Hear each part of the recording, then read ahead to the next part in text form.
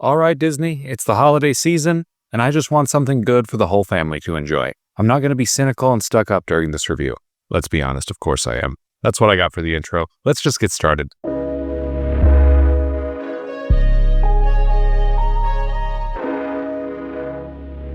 Mufasa the Lion King is actually a story being told by Rafiki to Simba's cub. The story is about the young one's grandfather. Yes, we get to see how Mufasa became so important in the classic 90s film. At least that's how the movie's pitched through the trailers. In reality, we watch a few characters fumble around for about 2 hours, and Mufasa happens to fall into greatness. That's not totally fair on my part, but I'm starting off negative. What were the positive aspects of the movie? Well, the effects seem to have gotten an upgrade this time. The last film took a lot of flack for characters not being very expressive, and in my opinion that was fixed in this prequel. Our characters still look like animals, but I was able to read the expressions on their face, which conveyed emotions. I'm happy to see the filmmakers take constructive criticism. The themes were also very positive.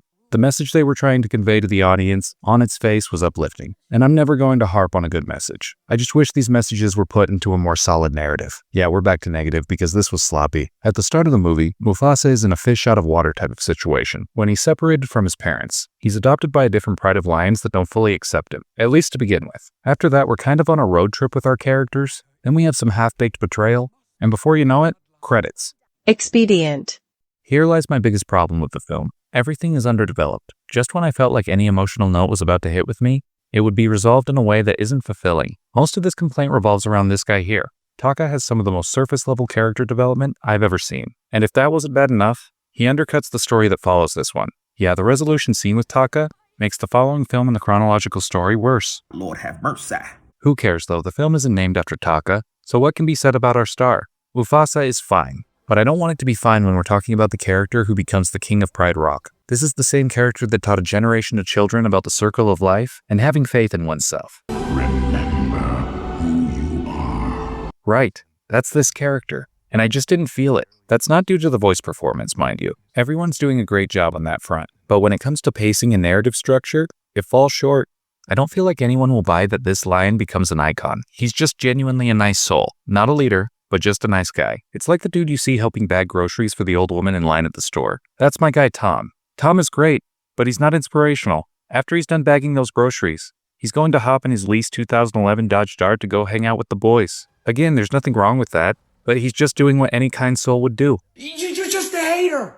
That's all you do, is hate. That's a dumb metaphor, but so was most of this movie. Okay, what about the music? A solid soundtrack can save the experience. I didn't like that either though.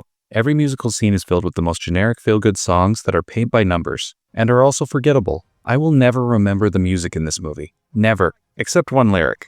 And that's only because I found it hilariously bad. What was the lyric? Well, it's the same thing I wanted to say to this franchise. Bye-bye. If you can't say something nice,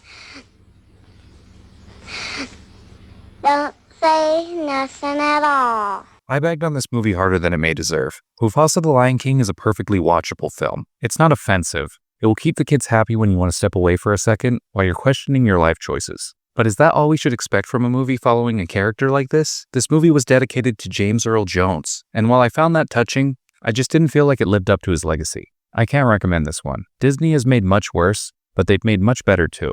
That's it for me. And as always, thank you for your time.